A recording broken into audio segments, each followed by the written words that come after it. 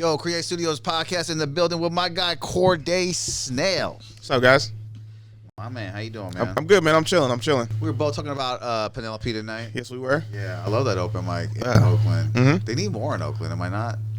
They need more to like stay established, kind of things like that. Like that's the go-to Wednesday mic. That's always been the go-to Wednesday mic for me. Like Penelope been around, I think, for like 10 years at this point, 10, 12 years. Because I know when I went away to Santa Barbara for school, that was 2014, and it's still going strong, and we're in 2025. So hell yeah. Yeah, Hayden runs that over there, which I have seen him at other venues. Cause I've only been in the game for like a year, so yeah. I feel like I'm getting to know these guys. But I seen Hayden; he did really good at the Rooster T showcase, man. There we go. Like, okay, this guy, has a good couple bits, you know. Jewish from the half up bits really on point. Trying to give away all of his material. But, yeah, some dope stuff. I seen you host that one over there too. Yeah.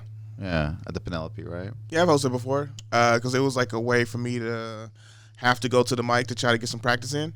And it was a way for me to just kind of keep coming up with jokes and kind of like a responsibility of if I didn't go to an open mic a week or two that week, I was like, hey, I'll host this for you just so I can get some practice in.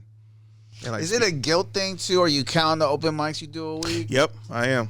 Last week I really didn't hit that many. I was just like kind of in a funk, and I kept trying to work out, but then working out, going to work, and then doing comedy was like kind of hard. Like my sleep schedule was off, and like my chakras was just off, so I didn't really do that many.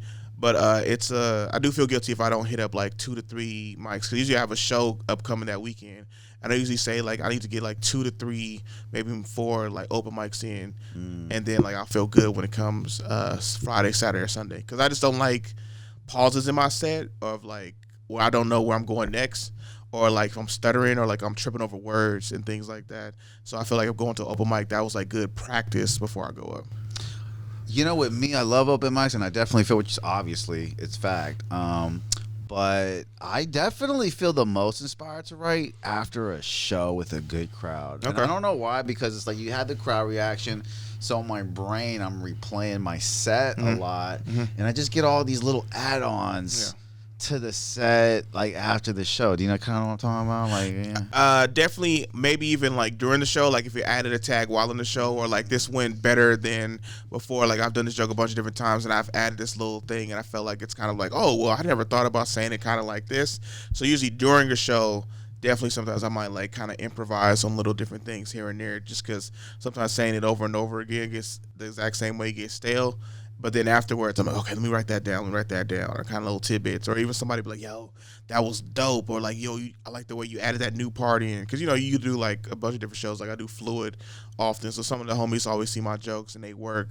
But then it was like, oh, you added a little something. I was like, yeah. Like Brian Hicks. Shout out to Brian Hicks. See, we know. I like how you go in a different direction with that joke. Or talking about teaching or talking about this kind of thing. So, yeah. The add-on is so important because through the add-on, and I'm talking comedy, Matt, like it connects it to another joke. I don't know, you know what I mean? Like for me, I'm like, because I'm only a year in, so I'm writing, and I'm like, oh shit, that joke totally connects to that joke because it's that add-on that I wrote to it, and I don't know, and I heard that a lot about in comedy on podcasts before I did it. Like it's the part where you develop a joke, and that's the part that I get now. Like that is so much fun to develop because it is like a kid, or like a baby or a product. Very much so. It's super dope because you're like writing this new joke, and then you have this, you're super excited about it, and you want to go try it out, or you want to keep writing to it, or add more like legs to it, so it can really just keep growing and like have this whole like different mindset of like, yo, when I tell this joke, it's gonna hit on stage, it's gonna be super dope, it's gonna be super chill. Sometimes you go to open mic and it wasn't as funny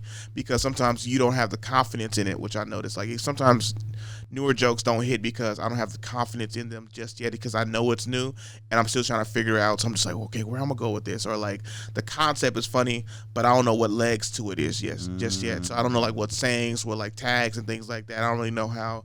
And sometimes if I like kind of just go with it and just kind of deep dive into it, I end up going in a different direction that actually works than the original joke. So then I have to figure out, do I want to keep going in this direction, or do I want to go in another direction? Or how do I piece in the way I wrote it in at first into the newer part or the newer way I'm going with it? And when you mean direction, like what do you mean? Like positive or negative or something like that? Or? Like it's like if I'm like trying to tell a joke and I've written it down a certain different way, but then because in the moment something else came to mind while I'm performing it, and then that works or that gets the laughs out of the crowd. But then I kind of look back, I'm like, that's not the tags I came up with it originally. Do I keep going with the improv way that I did and like kind of remember that so I can keep performing it like that, or do I go back to how I written it down? So then it'd be like, okay, so this part of it went pretty good. Okay, so now don't know how to end the joke. Maybe this is time to bring it back to the few extra things I wrote.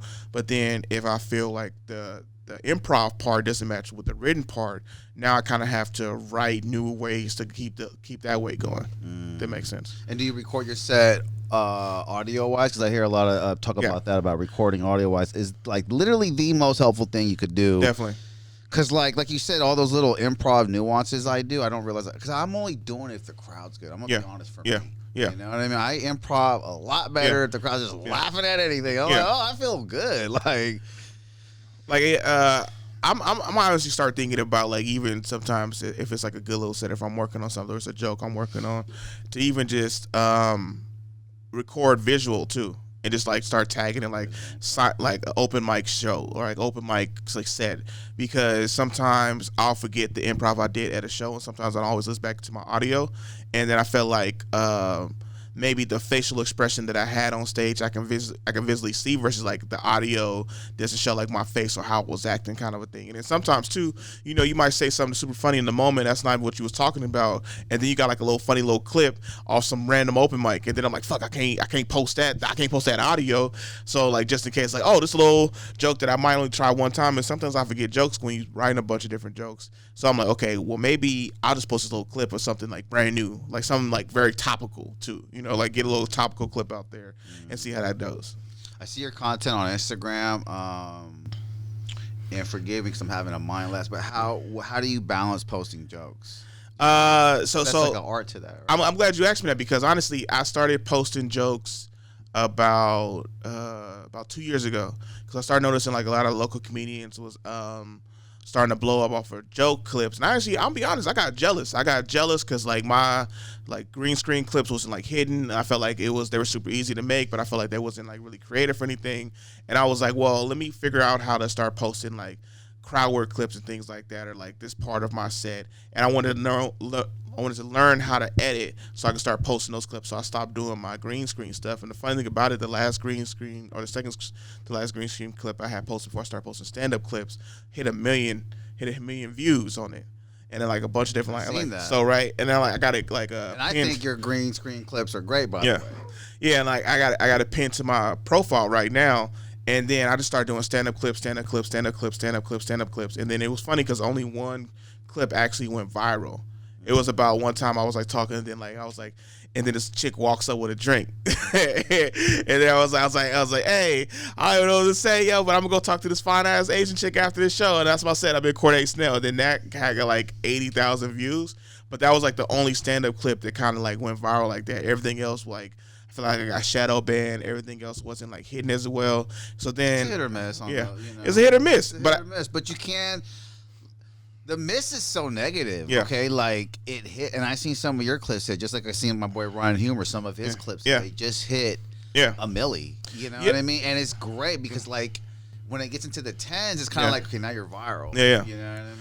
And then so that's what it was crazy, because none of my stand-up clips was doing well. I felt like I was editing them well. I felt like I was putting them out good, but I felt like a lot of people would always tell me, yo, CORDE, what are your green screen stuff? I like your little commentary and stuff like that. It's great. And then I was like, maybe I should go back to it. And then I remember I posted one, it did okay. The second one did like okay. And then the third one went viral after it hit like 500K or something like that. And then I accidentally like scheduled another one to post, and like a few days later, and then that one went viral right off of that one. And then so I'm waiting, and then I'll like these, like, one was at 400, another one's at 800, and then I posted like another clip that did okay. Then I posted another clip that did okay. Then I posted that third one, and then that one hit 1 million. So then now I'm like chasing viral moments, but also just chasing like, okay, which one I'm gonna post, and then try to figure out the algorithm. I don't think you should look at it like that, because like, for one, it's like you're exercising a muscle. Yeah. You know what I mean? Yeah. So I would think, for me, and when I look at someone blowing up, this is what I go look at their body of work. Yeah. Because I don't like fanning people that just made it. Like, I had a bunch of people who try to get on this podcast, and you got to be doing it for a while. A lot of comics asked to get on. I'm like, Yeah. nah, you got to be doing it more than a year. 'Cause what if you just stop? Yeah. And I'm over here podcast. You know what I mean? Yeah. I feel stupid. Like, you've been doing it for a long. You're in it for life. That's what I like. The zeitgeist.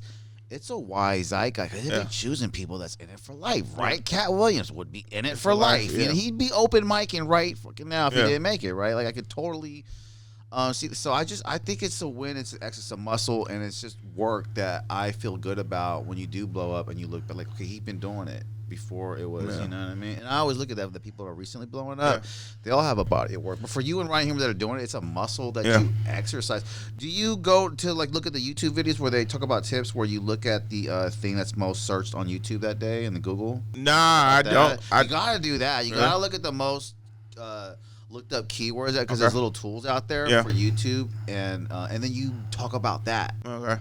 You know, and are you using YouTube Shorts? Yeah, I use YouTube Shorts. The engagement on YouTube. The YouTube Shorts engagement is super crazy because it's Super like dope. super dope because you could post like a long video, and then if your long video goes viral, then it kind of blows up your page. But it's so hard for that long clip to go viral. So, but that little 30 seconds get like 500 views, 400 views. Easy. Yeah, and I remember like 1.1K is easy. Yeah, like stand-up clips was always like 1.1K, 1.2K. Good thumbnail too. Our producer here is motioning. Yeah. Oh, sorry. Get Scoot over in, here. fool. He's Yeah, you can't see. motioning. Get your ass over here, man. Don't be shy. man, Don't be shy. Well, you know, I don't want to get too close to you on the couch because I heard your couch is your home field advantage there. Oh, you talking about fucking? Yeah, it's always funny too, man. Like you always remind me about. I don't want to give away the joke. You always That is my. You always favorite wonder joke. because it's basically in the premise. We could talk about the joke because I can break it down. I want to talk about this if you be offended if you want. But like, you're a big guy talks about sex. You know, I love that, man. That's so likable. Yeah. What's your top position having sex for a big guy? What's the top? Go to is missionary because that's what women want. Women want missionary most of the time, but like having the chick get on time and actually like seeing them and like see like the boobs, stuff like that, and kind of go like that. I like it too on top, right? Because then I can move her hips, stuff like that. We can really create, and then also it's a way of we switching positions because in missionary, because I took sex education, that's where the dude does all the work. The dude literally does all the work, like a lot of hip thrusting, a lot of motion and stuff like that, right? It's a lot of work. That's why like dudes who have erectile dysfunction, they never tell you the reason why you have erectile dysfunction because you're doing a lot of different missionary. And if you're coming early, missionary is the worst position for a person or a male with erectile dysfunction to have because with that position, he's doing all the work, he's doing everything. So that means he's going to come faster. If you want to switch it up, you got to have her get on top or do another position where you guys both get off from it, not just her. Because if you think about it, right, a woman is just laying there. The dude's doing all the work. Yeah. He's hip thrusting and all that kind of stuff. And it takes women a longer time to get there than it does men. Yeah. What my new word? I think there's certain men that worry about the changing position. Yeah. That's what and it's like, well, I gotta watch my blood. Well, I mean, you gotta watch the blood, but then also you gotta go to a position where you can still get off too. Right. A lot of times you just because sometimes as a dude you just try to please a woman because you don't want your name out there. Right. You don't want salt on your game, right? Because they talk. Women talk. I hang out with women just as friends, and that's why that's why the joke you like so much. I was like a big dude will fuck up a chick. Yeah, a big dude will fuck up a woman's life because like you thought we wasn't good at sex, and you ended up fucking us in a couch, and that's home field advantage. That's what we spend most of our time, right? About sex more than a skinny guy would because the skinny.